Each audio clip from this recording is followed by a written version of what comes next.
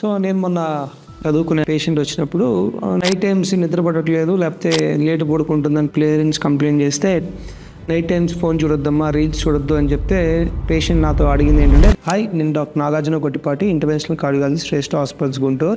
Reels చూస్తాను doctor గారు, కాకపోతే ఎప్పుడు నిద్రపోతానో తెలియదు, చాలా భలే నిద్ర పట్టేస్తుంది.